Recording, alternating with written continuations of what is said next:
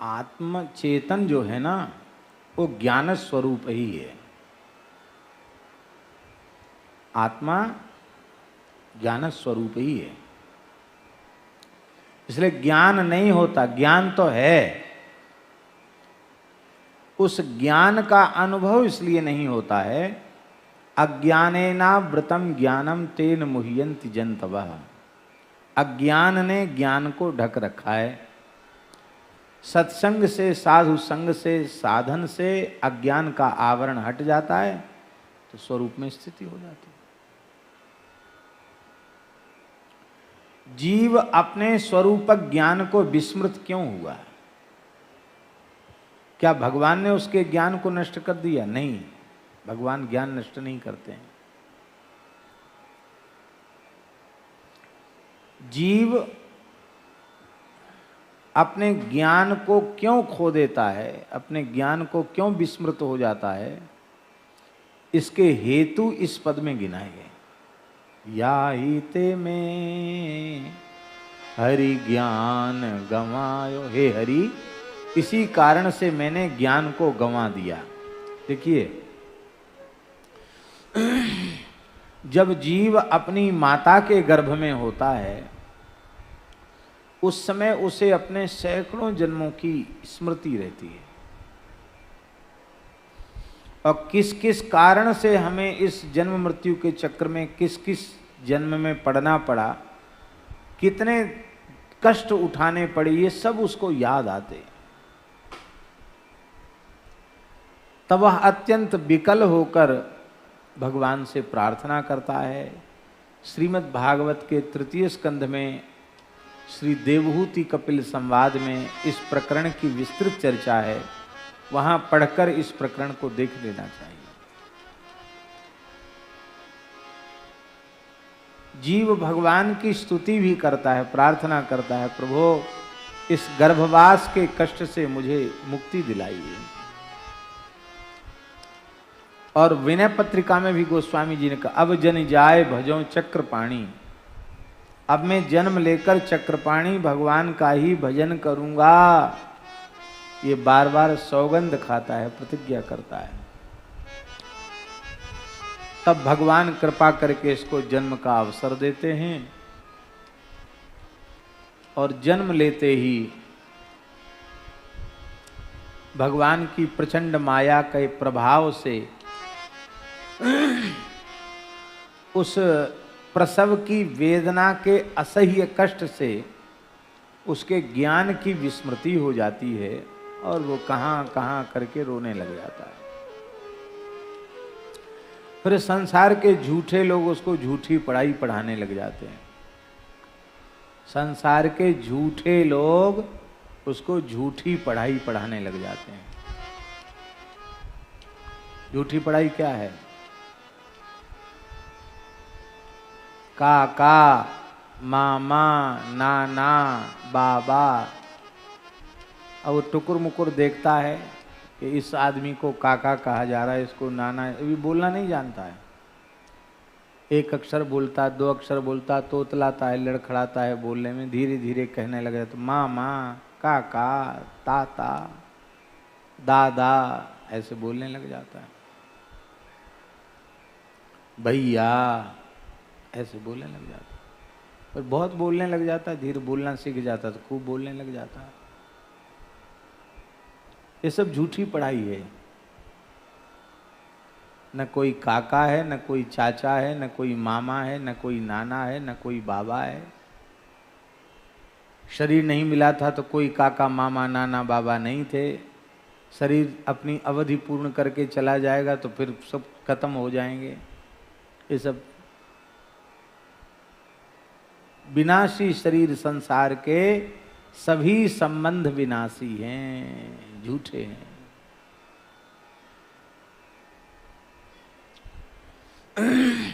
अब देखिए, एक बात और ध्यान से सुनने की है। आप कहेंगे कि फिर इसमें तो जीव की क्या कमी है? भगवान की प्रचंड माया के प्रभाव से उसके ज्ञान की विस्मृति हो गई। भूमि परत भा डाभर पानी, जिम जीवहि माया लपटानी। माया लपट गई, स्वरूप की विस्मृति हो गई।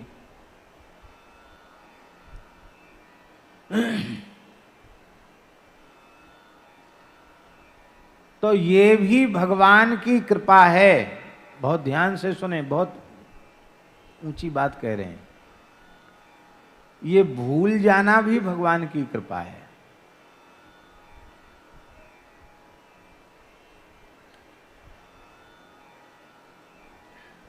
हमारी अपनी सावधानी में हमको स्वर्ग के सुख की स्मृति हो जाए तो वो स्वर्गीय सुख इतना विलक्षण सुख है कि उसकी सुखानुभूति में ही हम पागल हो जाएंगे, विक्षिप्त हो जाएंगे। और नरक के असह्य कष्ट की अनुभूति हो जाए तो उस पीड़ा का अनुभव करके, उस पीड़ा का चिंतन करके, विचार करके हम पागल हो जाएंगे।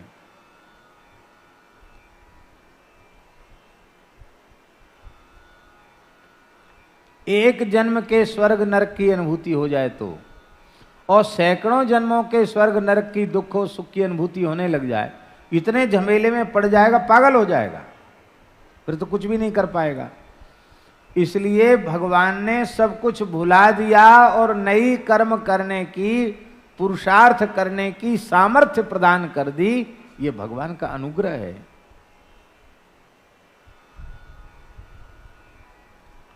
और हम अपने गर्भ की अवस्था में भजन करने की प्रतिज्ञा करके आए हैं।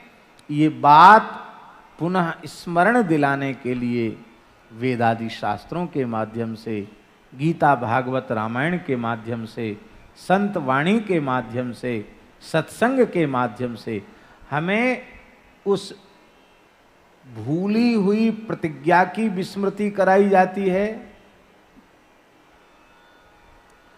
नरकादि का वर्णन करके, कष्ट का, दुख का, भोगों की, संसार की असारता का वर्णन करके दुखों की अनुभूति कराई जाती है, जिससे हमारा मन इस असार संसार से हट करके भगवान की ओर बढ़े। तो भगवान ने शास्त्रों को प्रकट करके, ऋषि महर्षियों की पवित्र वाणियों को प्रकट करके, आर्ष ग्रंथों को प्रकट करके हम सब जीवों पर अनुग्रह किया। भगवान का कोई दोष नहीं, हमारा अपना दोष है। हमने अपने ज्ञान को क्यों गंवा दिया? तो उसका पहला कारण है परिहरि हृदय कमल रघुनाथ ही। हमारे हृदय कमल में श्री रघुनाथ जी विराजमान हैं।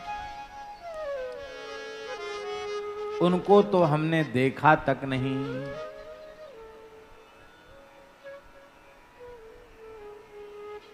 वो कौन से रघुनाथ जी हृदय कमल में विराजमान हैं?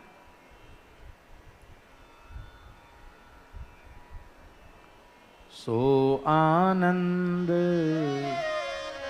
सिंधु सुख राशि सीकरते त्रैलोक सुपासी। ऐसे राम जी हृदय में बैठे और उन राम जी की स्मृति हो जाए, अब उन हृदय बिहारी की अनुभूति हो जाए तो दुख और क्लेश रहेगा? नहीं रहेंगे। पर अपने राम जी अपने हृदय में बैठे हैं, उनको छोड़ करके बाहर फिरत विकल मन धायो। हमारा मन विकल होकर के बाह्य विषयों में, संसार के रूप रसगंध शब्द स्पर्शों में सुख को खोजता है। सुख निधान भगवान हृदय में बैठे हैं, आनंद सिंधु भगवान हृदय में बैठे हैं, लेकिन उन भगवान की ओर देखता नहीं है। बाह्य विषयों की ओर सुख का अनुसंधान करता है, सुख का अन्वेषण करता है। कैसे? तो उदाहरण दे रहे हैं गोस्वामी जी महाराज। कहते हैं जैसे कुरंग माने मृग, कस्तूरी मृग, कस्तूरी मृग की नाभि में ही कस्तूरी होता है।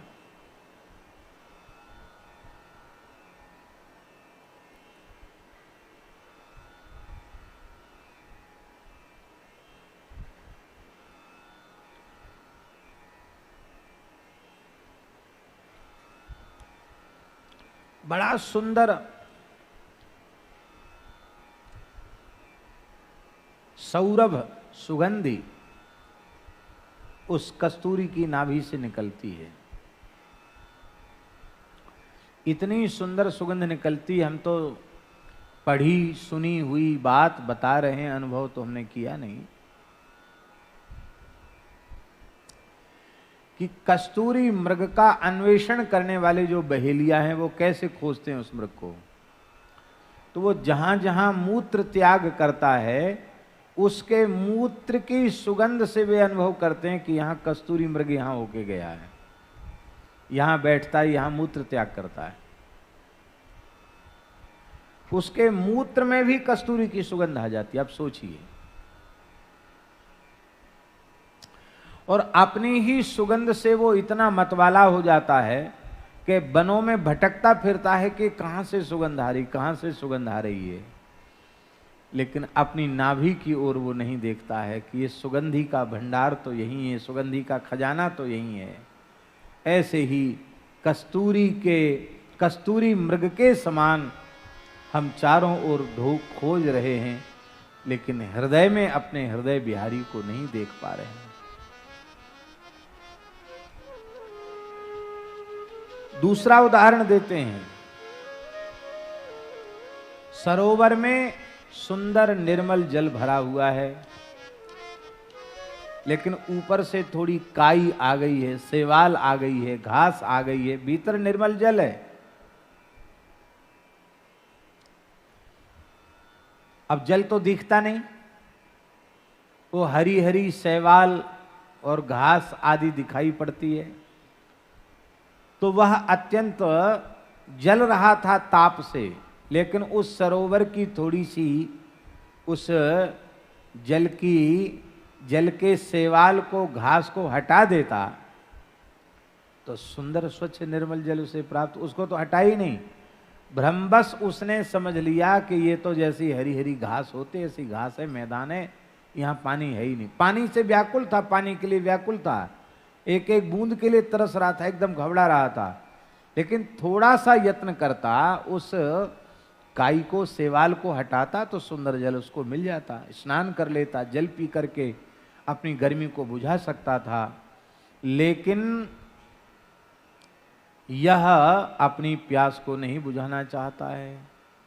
कहने का तात्पर्य यह है कि हृदय रूपी सरोवर में सच्चिदानंद घन परमात्मा रूपी अनंत शीतल जल भरा हुआ है, किंतु अज्ञान की काई आ जाने के कारण वो मृगजल रूपी संसार सुख में जल को खोजता। मृग तृष्णा जिसको कहते हैं, वहां पानी है ही नहीं, जहां पानी था वहां तो यत्न ही नहीं करता, और जहां पानी नहीं है वहां पानी की खोज करते करते मृत्यु को प्राप्त हो जाता है। तो अब इसमें जल का क्या दोष है? उस मृग के अज्ञान का ही दोष है। तीसरा उदाहरण दे रहे हैं। व्यापत त्रिविध ताप तनु दारुण, तापर दुसह दरिद्र सतायो। दैहिक, दैविक, भौतिक तीनों तापों से ये शरीर जल रहा है। उसके ऊपर भी क्या है? साधन बन नहीं पा रहा है, साधन का अभाव है।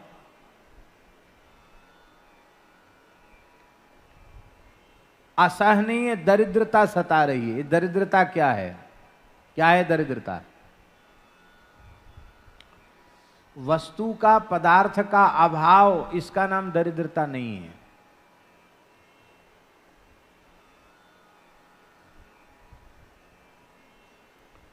श्रीमद् भागवत के 11वें स्कंध में उद्धव जी को भगवान ने बताया है, दरिद्रो यस्त्वसंतुष्टः, असंतोष ही दरिद्रता है।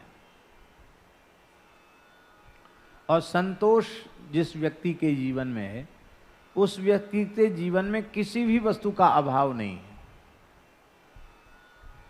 जिसके जीवन में संतोष है उसके जीवन में किसी वस्तु का अभाव नहीं है, और जिसके जीवन में असंतोष है उसको तो हमेशा अभाव ही अभाव है, उसके कभी अभाव की पूर्ति होनी नहीं है।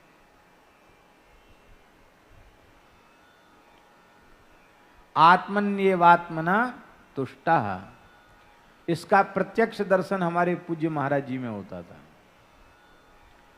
कभी असुविधा असंतोष का अनुभव ही अपने पूरे जीवन में नहीं हुआ, पूरे जीवन में चाहे जैसी परिस्थिति में, असंतोष नहीं, पूर्ण संतोष। चाहे जैसी अव्यवस्था रही आवे, उनको इतना संतोष भीतर से रहता था कि किसी भी प्रकार से वे कभी क्षुब्ध या असंतुष्ट होते ही नहीं थे। राजस्थान के एक गांव में गए, कथा थी, हम भी साथ में थे, हमारी अवस्था छोटी थी। वृंदावन से रोडवेज बस में बैठे तो जयपुर पहुंचे, बस अड्डा, वहां से एक दूसरा वाहन बदला तो हरमाड़ा पहुंचे, हरमाड़ा एक जगह है, वहां पहुंचे। वहां से फिर वाहन बदला तो चोमू पहुंचे, और वहां से फिर चले तो कहाँ बीच में एक जगह उतर गए रोड के सहारे, वहां से फिर पैदल चले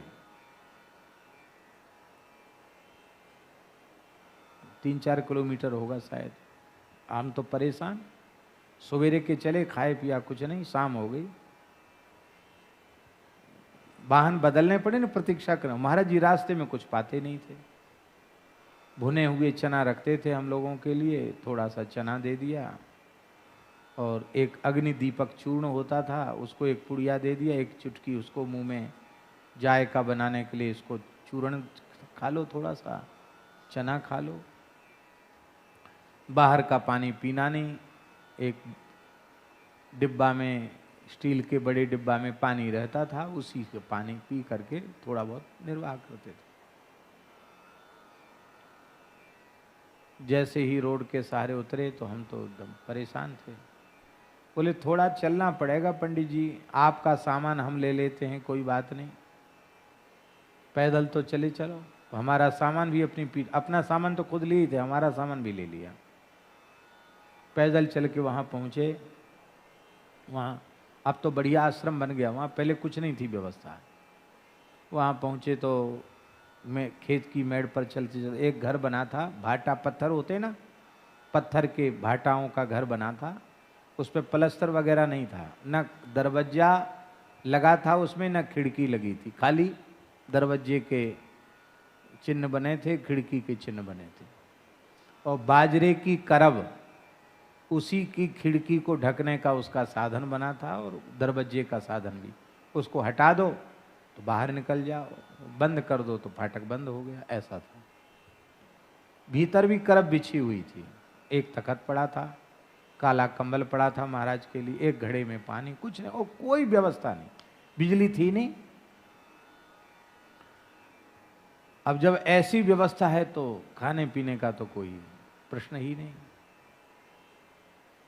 वहाँ आए के बैठे तो महाराज जी, अब हम लोग कहाँ आ गए जंगल में, महात्मा ने बुलाया, कहाँ चले आए। कथा तो खैर बहुत लंबी है, तो हमने, अंधेरा सा था, कोई पूछने वाला भी नहीं था, हमने महाराज जी से कहा, महाराज जी कहाँ आकर के हम लोग बैठे हैं। बोले देखो भगवान की बहुत कृपा हुई है, कितना सुंदर राजस्थान का पवित्र इलाका है, कोई प्रदूषण नहीं है, सुंदर हवा चल रही है, और सब रोगों की यही दवा, मिट्टी पानी और हवा। तो यहाँ बढ़िया मिट्टी है राजस्थान की, और बढ़िया हवा आ रही है, और डीजल इंजन रखा था। बोले इससे जो है एक बार चल जाएगा, उसमें अपना पानी भर के रख लो और स्नान कर लो, यहाँ ज़्यादा पानी खर्च करने का नहीं, राजस्थान है। बिजली नहीं थी तो एक शीशी में मिट्टी का तेल भर के, और उसमें वो लुक्का कहते, वो जला के रखा था। महाराज जी ने जाती उसको बुझवा दिया। बोले इसकी गंध से देवता भाग जाते हैं, देवताओं को भागना नहीं चाहिए, इसको बुझा दो। बुझा दिया, अब एकदम अंधेरा हो गया। हमने कहा महाराज जी अब तो अंधेरा हो गया। बोले बहुत अच्छा हुआ, ये जब से बिजली आई है तब से लोगों की आंख बिगड़ने लगी है। बिजली नहीं थी, अंधेरे में आंख को पूरा विश्राम मिलता था, आंख अच्छी बनी रहती थी। राम जी ने बड़ी दया की है, 7-8 दिन जब तक यहाँ हैं नेत्रों को पूरा विश्राम मिलेगा। तो हमने कहा महाराज जी हम तो पढ़ते हैं, बिना लाइट के पढ़ेंगे कैसे? विद्यार्थी थे ना हम, तो पढ़ते हैं, पढ़ेंगे कैसे बिना लाइट के? कहते जिस जमाने में लाइट का आविष्कार नहीं था उसमें लोग पढ़ते ही नहीं थे, जब से लाइट आई है तब से लोगों ने पढ़ना शुरू किया। क्या यही बात है? ये बात तो नहीं है। तो देखो जंगलों में महात्मा रहते थे, ब्रह्मचारी होते थे, गुरुकुल होते थे, ना वहाँ पानी की सुविधा ना बिजली की सुविधा, बड़े बड़े शास्त्रों को कंठस्थ कर लेते थे। बिना लाइट के भी पढ़ना पढ़ाना होता है। देखो लाइट होगी तो हमको बैठ के पढ़ाना पड़ेगा, तुमको बैठ के सुनना पढ़ना पड़ेगा। अब अंधेरा है तो हम लेटे लेटे कुछ पढ़ाएंगे, और तुम्हारी भी इच्छा हो तो लेटे लेटे पढ़ो। हमको तुम लेटे लेटे पूछ लेना, हम बता देंगे और हम सुना देंगे, तुम सुन लेना। तो कितनी सुविधा हुई है देखो, बैठने का भी श्रम अब नहीं करना पड़ेगा। बहुत आनंद है। अब जो लोग आए बोले महाराज जी और कोई व्यवस्था? बोले नहीं, किसी चीज की जरूरत नहीं, सब व्यवस्था है। बहुत आनंद।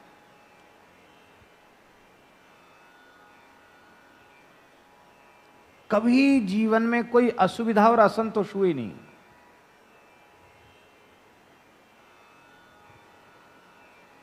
पहली बार पथमेड़ा गए 2003 या 2004 की बात होगी, तो बक्सर से चल के गए। बक्सर में थे सीताराम विवाह महोत्सव में, और उस समय बिहार के रोड बहुत खराब थे। वहाँ से बाई रोड आए बनारस, पंजाबी भगवान का दर्शन किया राम जानकी मठ में, और वहाँ से फिर चल के स्टेशन आ गए। मरुधर एक्सप्रेस में टिकट था हम लोगों का, बहुत सब महात्माओं का टिकट था। और वहाँ पहुँचने के बाद महाराज जी अगहन का महीना, ठंड का समय, कोहरा पड़ रहा था, और खुले प्लेटफार्म पर महाराज जी बैठ गए, एक धुस्सा ओढ़ के बैठ गए।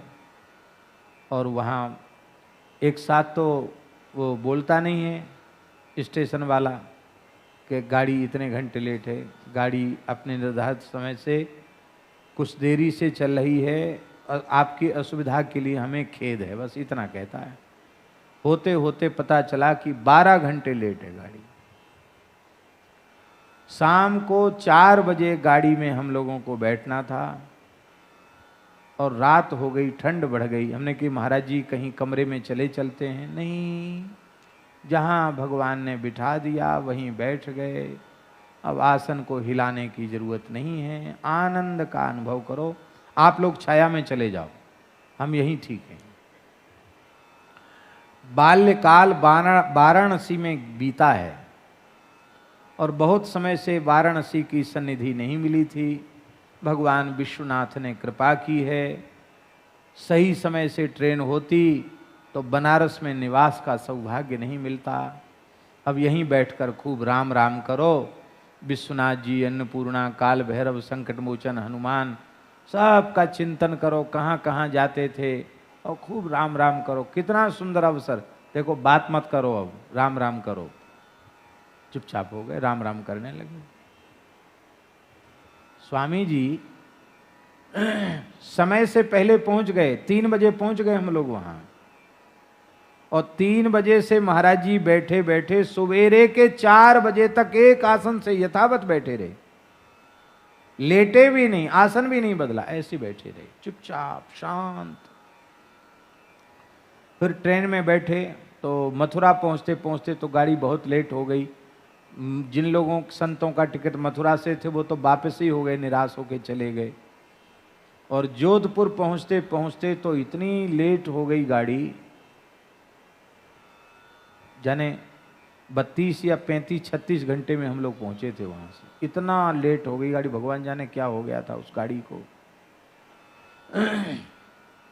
महात्मा लोग बोले कि मरुधरेश ने मार के धर दिया हम लोगों, ऐसी गाड़ी। महात्मा लोग कहने लगे कि इस गाड़ी में कभी टिकट नहीं करवाना चाहिए, बहुत परेशान हो गए। अरे राम राम, बहुत खराब गाड़ी है। महाराज जी बोले किसी की भी निंदा मत करो, बहुत अच्छी गाड़ी है, वाह क्या कहना। और गाड़ियां पैसा पूरा ले लेती हैं, बैठने का अवसर कम देती हैं। इसने संपूर्ण पैसा वसूलने का अवसर दिया है। कितना आनंद है। साहब प्रकृति का दर्शन करते हुए आनंद से वहां से चल के आए, कोई परेशानी नहीं। फिर वहां स्नान ध्यान करके बैठे। जोधपुर से फिर वाई रोड जाना था पथमेड़ा, तो महाराज जी को बुखार हो गया, तबीयत बिगड़ गई। तो हमने कहा महाराज जी हम लोग तो कोई बात नहीं, परेशान तो सब हो गए पर आपको कष्ट ज़्यादा हो गया। महाराज जी बोलते देखो पंडित जी, हर समय तुम्हें असंतोष होता है, ये ठीक नहीं है। देखो मरे पीछे पता नहीं कौन कहाँ जाएगा, कोई किसी को खबर नहीं है। पर जहाँ लाखों गाय हैं वो तो इस धरती का प्रत्यक्ष गोलोक है। भगवान की कितनी कृपा है, जीते जी हम लोगों को गोलोक धाम की यात्रा हो रही है। पथमेड़ा तो गोलोक धाम है इस धरती का, महाराज जी के शब्द थे। पथमेड़ा इस धरती का गोलोक धाम है। हम लोगों को गोलोक धाम की दर्शन करने का सौभाग्य मिल रहा है। उसमें पथमेड़ा में भी कोई निर्माण नहीं था, हम लोगों के लिए झोपड़ा बने थे और भयंकर ठंड थी और उन्हीं झोपड़ों में हम लोगों ने निर्वाह किया। एक शास्त्री जी बड़े प्रेमी परिचित हैं, लेकिन हम नाम नहीं ले रहे हैं। उस शास्त्री जी ने, किसी किसी का स्वभाव होता ना बात को बढ़ा चढ़ा के कहना, तो महाराज जी वृद्ध तो थे ही, थोड़ी कमर भी झुकी हुई थी, तो वो राजस्थानी भाषा में वहाँ के लोगों को कहेंगे बाप जी बहुत पुराना महात्मा है, सिद्ध महात्मा है, 100 साल का है। किसी को कहें 125 साल का है, किसी को कहें 100 साल का है। तो महाराज जी समझ गए। महाराज जी बोले देखो ये झूठ तो बोल रहे हैं, लेकिन अब इनके झूठ का हम खंडन करेंगे। ये बेचारे ब्राह्मण हैं, भागवत के वक्ता हैं, शास्त्री हैं, इस सब के बीच में झूठे प्रमाणित हो जाएंगे। तो अब हमको 100 बरस के बूढ़े के जैसा नाटक करना पड़ेगा इनकी वाणी को सत्य करने के लिए। ऐसे एकदम ऐसे बैठे रहते महाराज जी। महाराज 100 बरस के, आओ बाप जी बहुत पुराने हैं।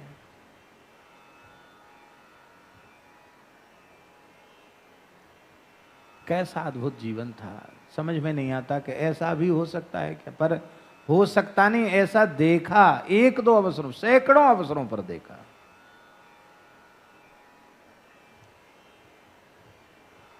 यस्मान्नोद्विजते लोको लोकान्नोद्विजते चया हर्षामर्ष भयोद्वेगैः मुक्तो यस्य च मे प्रियः। ये सब उनमें घटित होता था। तो असंतोष ही दरिद्रता है और दरिद्रता ही दुख है। नहीं दरिद्र सम दुख जग माही, असंतोष ही दरिद्रता है। और इस असंतोष रूपी दरिद्रता का परिणाम क्या है? असंतोषात् पतत्यधः।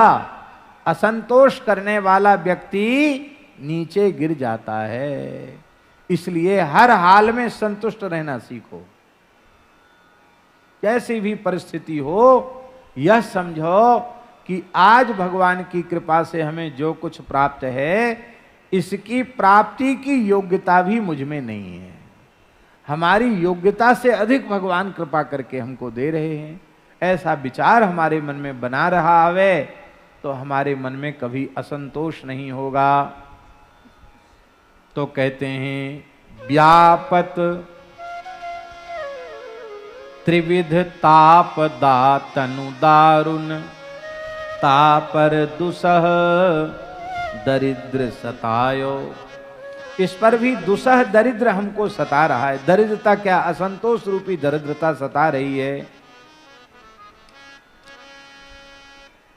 और कितने दुख की बात है, हम बाहरी वस्तुओं को, पदार्थों को बटोर करके सुखी होना चाहते हैं।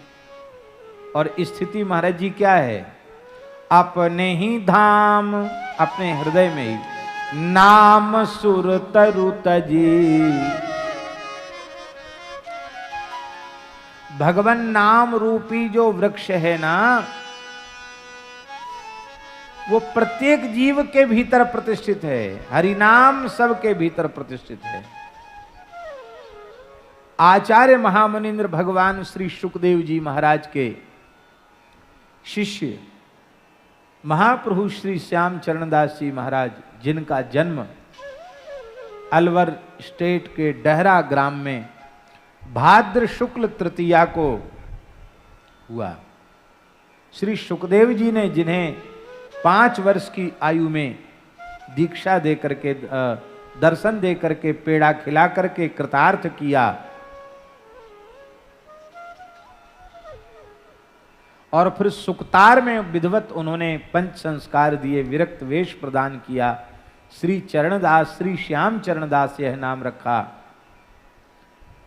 भाद्र शुक्ल तृतीया को उनकी जयंती थी और आज अष्टमी को उनकी छठी है। आज सरस कुंज में बहुत उत्सव हो रहा है। भाद्र शुक्ल तृतीया को भी उत्सव होता है और भाद्र शुक्ल तृतीया को भी यहाँ उत्सव मनाना था, लेकिन हमको आने में विलंब हुआ और आने के बाद हमने पूछा कि यहाँ क्या भाई कहाँ उत्सव की तैयारी है? बोले कोई तैयारी नहीं। मैंने कि जब कोई व्यक्ति ही नहीं, कोई तैयारी नहीं, तो अपने नमन राम राम चले गए विश्राम में। थोड़ी लेट हो गए थे। तो आज छठी है और श्री शुक संप्रदाय की पवित्र भावना के अनुसार श्री सुखदेव जी महाराज साक्षात नंद नंदन श्री कृष्ण हैं। शास्त्र के प्रमाण से भी नंद नंदन रूपस्तु श्री शुको भगवान ऋषि, तो श्री कृष्ण ही सुखदेव जी हैं और श्री राधा रानी ही श्री चरणदास जी, राधा रानी ही एक अंश से श्री चरणदास जी के रूप में प्रकट है। ये तो बड़ा विचित्र खेल है, कुछ समझ पाना बड़ा कठिन है। इसलिए शुक सखी और ये श्री चरणदास जी महाराज, इसलिए महाराज जी लिखा है, प्रेम मंजरी बपु धर्यो नाम श्याम चरणदास, भार्गव कुल में प्रगट हो करी सुभक्ति प्रकाश, करी सुभक्ति प्रकाश बहुरी वृंदावन आए, सेवा कुंज सुख पुंज प्रिया प्रिय दर्शन पाए, इंद्रप्रस्थ मंदिर सूरज कीनो तहां निवास, प्रेम मंजरी बपु धर्यो नाम श्याम चरणदास, प्रेम मंजरी नाम धर्यो नाम श्याम चरणदास।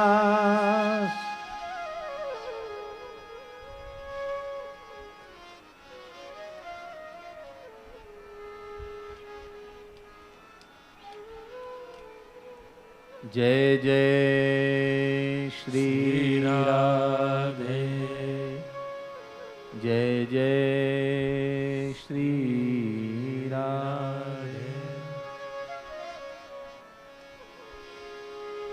इसमें छठी का कहाँ है पद? छठी का नहीं है। तो हम जो बात कह रहे थे, श्री श्याम चरणदास जी महाराज, ये बात हम कह रहे थे ना, नाम रूपी कल्प वृक्ष सबके भीतर है। तो श्री श्याम चरणदास जी महाराज, उनके सामने एक युवक घोड़े पर बैठा हुआ आया, बड़ा सुंदर युवक था। उसको देखकर उन्होंने कहा कि महल तो बड़ा सुंदर है पर बिना दीपक के अंधकार छाया हुआ है। युवक ने पूछा कि ये दीपक क्या है, महल क्या है? बोले महल तो ये मानव का शरीर है और दीपक है राम नाम मणि दीप धरु। और ये दीपक सबके भीतर है पर इसकी ज्योति जलाते हैं सदगुरु। बोले सबके भीतर? बोले हाँ, सब प्राणियों में सर्वत्र राम नाम व्याप्त है। तो उस युवक ने पूछा कि ये घोड़े के भीतर भी? बोले हमारे घोड़े के भीतर? हाँ, इसके भीतर भी है। तो इसमें भी ज्योति जल सकती है राम नाम? बोले हैं, जल सकती है। जैसे ही उस घोड़े की पीठ पर हाथ रखा श्याम चरणदास जी ने, घोड़ा बोला राम राम राम। सोई युवक ने अपने चरणों अपना सर्वस्व समर्पण कर दिया तब से कहावत हो गई समाज में, चरणदास सदगुरु मुले छौना शिष्य सुजान, एक शब्द में मिट गई सबरी खेचा तान। श्री गुरु छौना उनका नाम हुआ, श्री गुरु छौना जी महाराज, बड़ा सुंदर। तो ऐसा नाम रूपी कल्प वृक्ष भी सब जीवों के भीतर है। नाम रूपी कल्प वृक्ष सब जीवों के भीतर है, पर उस कल्प वृक्ष का सेवन हम नहीं करते। कली नाम काम तरु राम को, दलनिहार दारिद दुकाल दुख। कलयुग में भगवान नाम ही कल्प वृक्ष है। उस नाम का हम आश्रय लें तो सब कुछ हमें प्राप्त हो जाएगा। लूगा रोटी नीके राखे आगे हु की वेद भाग है, विनय पत्रिका में लिखा है, सब कुछ मिल जाएगा। लेकिन उस भगवान नाम रूपी कल्प वृक्ष को छोड़ करके हमने विषय रूपी बबूल का बगीचा अपने हृदय में लगा रखा है, मन लगा रखा है। बबूल के बाग में कांटों के अलावा और क्या मिलेगा। हे भगवान, अंतिम बात है, आपके समान कोई ज्ञान का निधान नहीं है और मेरे समान कोई मूर्ख नहीं है, अज्ञानी नहीं है। यह बात पुराणों ने कही है। इसलिए भगवान विचार करके आपको जो उचित लगे वही हमारे साथ कीजिए। हे भगवान, इस मूढ़ मन ने हमारी बड़ी दुर्दशा की है। मोहि मूढ़ मन बहुत बिगोयो, या के लिए सुनहु करुणा मैं जग जनमी जनमी दुख रोयो। शीतल मधुर पीयूष सहज सुख, निकट ही रहत दूरी जन खोयो। बहु भांति श्रम करत मोह बस, व्रत ही मंद मति बारी बिलोयो। कर्म कीच जिय जान सान चित, चाहत कुटिल मलहि मल धोयो। त्रसावंत सुर सरि बिहाय सठ, फिर बिकल आकाश निचोयो। तुलसीदास प्रभु कृपा करहु अब, मैं निज दोष कछु नहीं गोयो। दासत ही गई बीती निशा सब, कबहु न नाथ नींद भरी सोयो। मोहि मूढ़ मन बहुत बिगोयो। इस मूढ़ मन ने हमको बहुत छकाया। हे करुणामय, इस मन को ही महात्माओं ने, मन एव मनुष्याणाम कारणम बंध मोक्षयो, मन ही मनुष्य के बंधन का कारण है, मन ही मनुष्य के मोक्ष का कारण है। जब ये मन मनमोहन में लग जाता है तो ये मोक्ष का कारण बन जाता है, और जब ये मन संसार में भोगों में लग जाता है तो इस संस्कृति के चक्र में डालने वाला हो जाता है। इसी मन के कारण बार बार संसार में जन्म लेकर मैं दुख से रोता फिरा। अत्यंत शीतल मधुर अमृत सहज सुख स्वरूप जो ब्रह्मानंद है, जो अपने अंतःकरण में विद्यमान आत्मा है, वह अत्यंत शीतल है, मधुर है, अमृत है, सहज सुख स्वरूप हैं। ऐसे प्रभु आत्मा स्वरूप हैं, सर्वांतर्यामी हैं, हमारे हृदय में विराजे हैं। ऐसे सच्चिदानंद घन भगवान के हृदय में रहते हुए भी हमने उनको विस्मृत कर दिया। जो हमारे सबसे ज्यादा निकट थे उनको हमने सबसे ज्यादा दूर समझ लिया। हमारी आंख की कोर पर लगा हुआ काजल भी हमारे उतने निकट नहीं जितने निकट हमारे भगवान हैं, पर उन भगवान को हमने बहुत दूर समझ लिया। स्वामी जी बोल रहे थे कि जो प्राप्त ही है उसकी प्राप्ति क्या करना है। अब प्राप्त को प्राप्त करना, जो नित्य प्राप्त है उसकी क्या प्राप्ति करना, बस वो नित्य प्राप्त है ये स्वीकार कर लो। यही बात तो बोल रहे थे स्वामी जी आज। वो प्राप्त है इस बात को स्वीकार कर लो, वो सबसे निकट है इस बात को स्वीकार कर लो। मोह बस अनेक प्रकार से परिश्रम करके मुझ मूर्ख ने मक्खन की आशा से पानी को बिलोया। पानी को बिलोने से कोई मक्खन मिलेगा? और गोस्वामी जी ने उत्तरकांड में तो यहां तक कह दिया, बारी मथे घृत होए बरु, सिकताते बरु तेल, बिनु हरि भजन न भवतरिय, यह सिद्धांत अपेल। विषय रूपी जल को मत कर उससे परमानंद रूपी घी निकालना चाहा है। यद्यपि हमारे मन में ये बात पक्की बैठी हुई है शास्त्रों के द्वारा, सत्संग के द्वारा, कि कर्म कीचड़ है, इस कर्म कीच के गड्ढे में कूदते ही मलिनता हाथ लगेगी, कुछ हाथ लगेगा नहीं। फिर भी उसी में कर्म की कीच में अपने चित्त को सान करके और मैं प्यास बुझाना, कीचड़ से कहीं प्यास बुझेगी? अरे प्यास तो जल से बुझेगी। मैं कितना कुटिल और मूर्ख हूं, मल से मल को धोना चाहता हूं, छूटे मल की मलह के धोए, घृत की पाव किमी बारी बिलोए। ये हमारी स्थिति है। प्यास लग रही है मुझे, पर तृषावंत सुरसरी बिहाय सठ, प्यासा होने पर गंगा जी को जल को छोड़ करके आकाश से जल की कामना कर रहा हूं।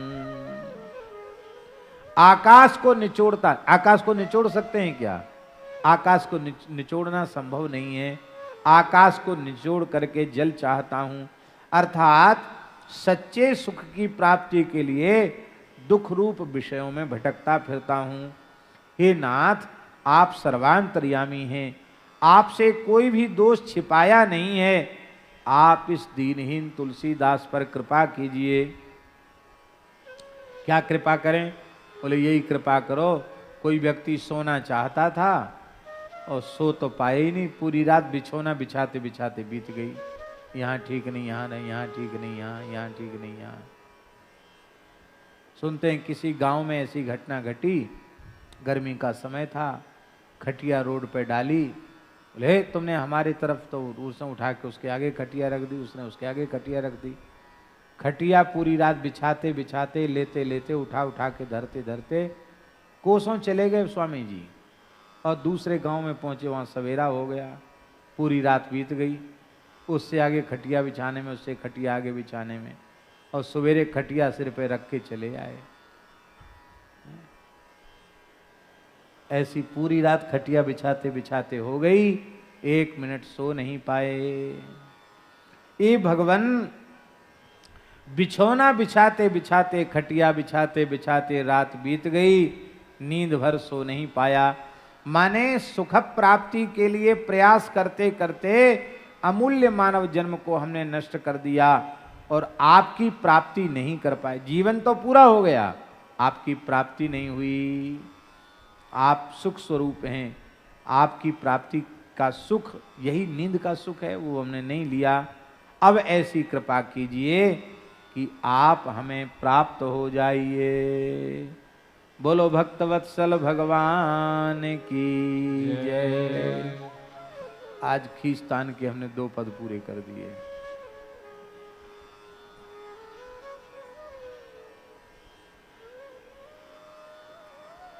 आगे गोस्वामी जी कह रहे हैं कि प्रभु, हमसे कुछ न हुआ है, न हमसे कुछ होना है।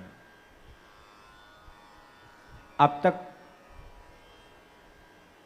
हमारे ऊपर आपने छोड़ के रखा था, तो बात बिगड़ती चली गई।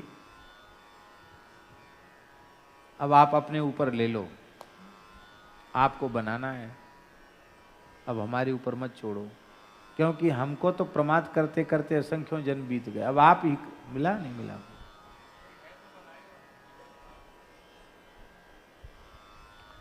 असंख्यों जन्म बीत गए हमारे। अब कृपा करके इसको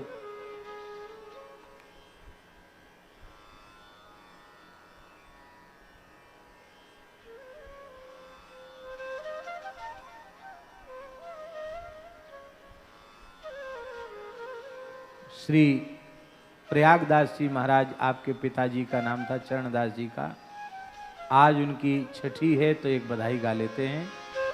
और वो भी श्री जी का ही स्वरूप हैं। तो ये कुछ लुटाने के लिए रखा है, इसको भी लुटा देना, ठीक है।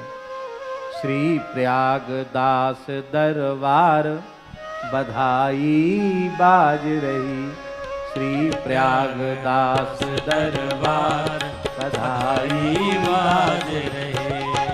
हाँ हाँ बधाई बाज रही, हाँ हाँ बधाई बाज रही। श्री प्रयागदास दरबार बधाई बाज रही, श्री प्रयागदास दरबार बधाई बाज रही। नौबत बजत और सहनाई, नौबत बजत और शहनाई, लागत निपट सुहाई घन ज्यों गाज रही। हाँ लागत निपट सुहाई घन ज्यों गाज रही। श्री प्रयागदास दरबार बधाई बाज रही, श्री प्रयागदास दरबार बधाई बाज रही। ढाड़ी के संग ढाड़िन नाचे, ढाड़ी के संग ढाड़िन नाचे, भूषण बसन अमोल सुअंगन साज रही। हाँ भूषण बसन अमोल सुअंगन साज रही। श्री प्रयागदास दरबार बधाई बाज रही। हाँ प्रयागदास दरबार बधाई बाज रही। गुण गावत मन में हर सावत, गावत मन में हर सावत, मन में हर सावत, हसत हसावत मन में हर सावत, हसत हसावत, चतुर अधिक छवि छाज रही। हाँ चतुर अधिक छवि छाज रही। तुम गिरो रहो सरस रंग अनुपम, उमंग रहो रस रंग अनुपम। रंभा निरखी समाज मन ही मन लाज रही। रंभा निरखी समाज मन ही मन लाज रही।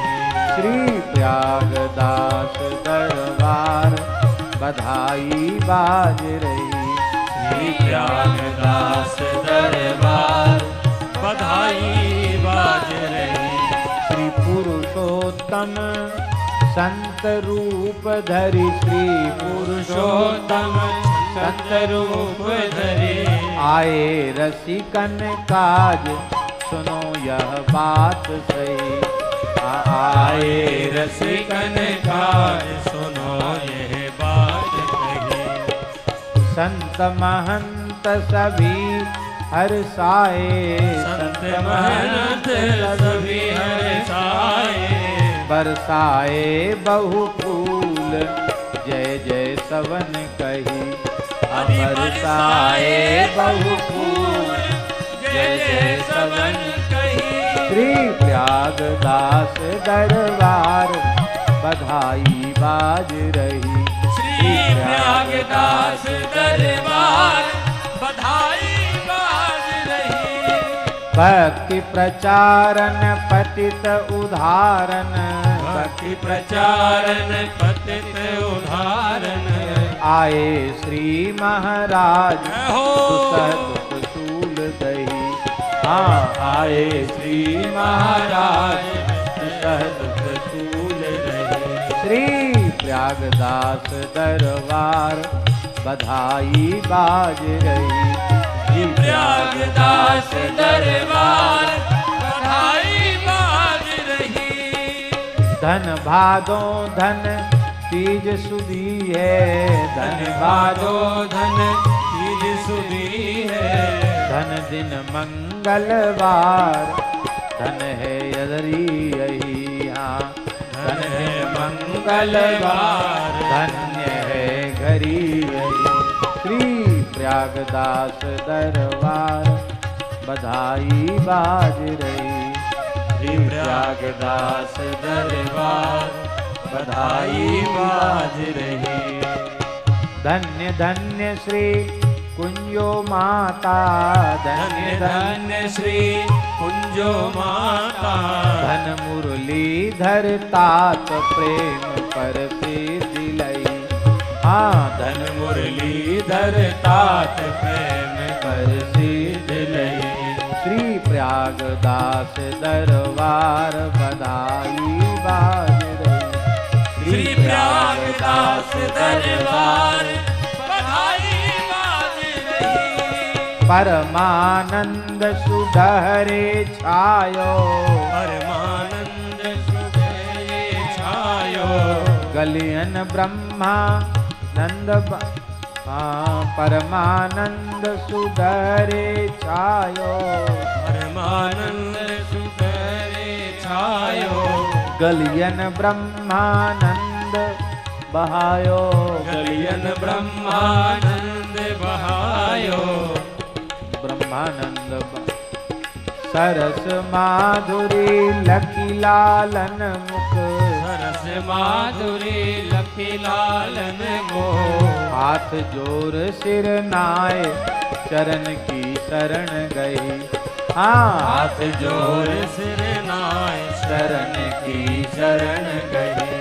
श्री प्रयागदास दरबार बधाई बाज रही। श्री प्रयागदास दरबार बधाई बाज रही।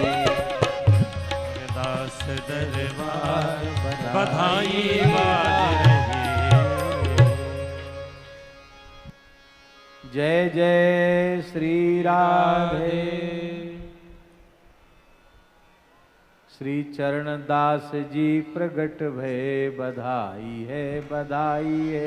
चरणदास जी प्रगट भय बधाई है बधाई है। चरणदास जी प्रगट भय बधाई है बधाई। चरणदास जी प्रगट भय बधाई है बधाई है। बधाई है बधाई है बधाई है बधाई है। बधाई है बधाई है बधाई है बधाई है। चरणदास जी प्रगट भय बधाई है बधाई है। चरणदास जी प्रगट भय बधाई है बधाई है। बधाई है बधाई है बधाई है। बधाई है बधाई है बधाई है बधाई है बधाई है। कल जो है 246वां पद हम लोग चर्चा करेंगे विनय पत्रिका का। लोक वेदहु विदित बात सुनी समुझी, मोह मोहित विकल मति थिति न लहते। बहुत सुंदर पद है, इसकी चर्चा हम कल करेंगे। और फिर ठाकुर जी ने चाहा तो 247वें पद की चर्चा भी। राम जप जीह जान प्रीति सो प्रतीतिमान। बड़ा प्यारा पद है। राम नाम जपे जई है जिय की जरने। हृदय की जलन राम नाम जपने से ही समाप्त होगी, यही बात कहेंगे। इन्हीं शब्दों के साथ आगे जितना भगवान चाहेंगे उतनी चर्चा करेंगे। कल ये भादों का महीना तो जयंतियों का ही महीना है। इतनी जन्माष्टमी हुई, फिर राधाष्टमी आ गई, श्री चरणदास जी की जयंती आ गई, और कल उदासीन संप्रदाय के आचार्य चरण साक्षात शिवावतार श्री चंद्र प्रभु की जयंती है। श्री गुरु नानक देव जी के पुत्र थे श्री चंद्राचार्य भगवान, उनकी जयंती है कल। बड़ा अद्भुत उत्सव है। कल जयंती की तिथि है उनकी। श्री चंद्राचार्य प्रभु जी की जयंती है, तो कल भी उत्सव है। ऐसे ही निरंतर उत्सव हैं। और बरसाने में तो बूढ़ी लीला आरंभ हो जाएगी। पूर्णिमा तक रोज उत्सव अष्ट सखियों के गांव में होंगे। एक बार हमने भी हर गांव में पैदल जा जा करके उत्सव का दर्शन किया। गवर्वन में रुके थे, दौड़ दौड़ के जाते थे रास बिहारी स्वरूप के साथ। सब जगह लीला का दर्शन करते थे। बड़ा सुख है वो भी। जय जय श्री राधे।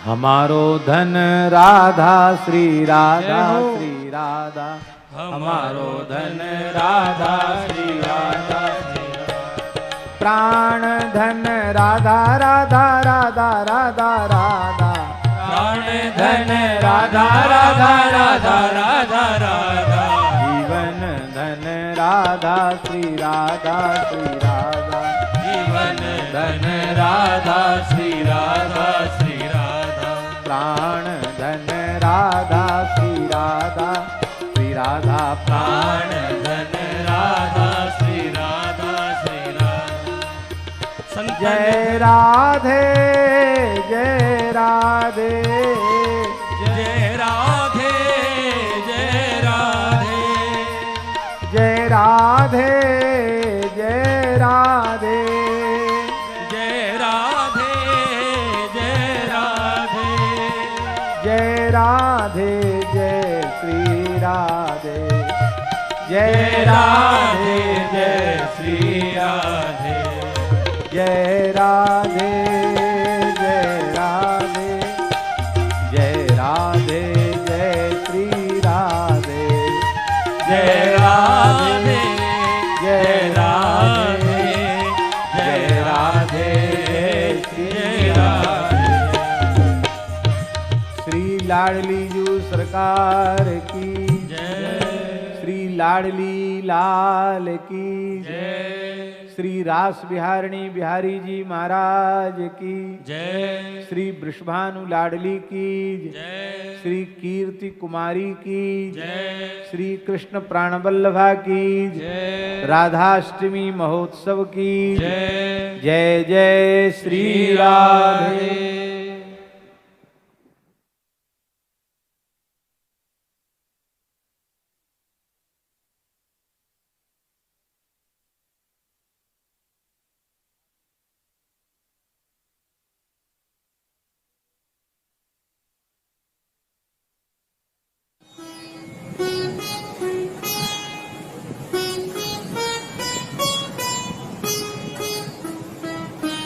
श्री सीताराम प्रतिदिन सत्संग एवं दर्शन के लिए श्री महाराज जी के ऑफिशियल चैनल को जरूर सब्सक्राइब करें।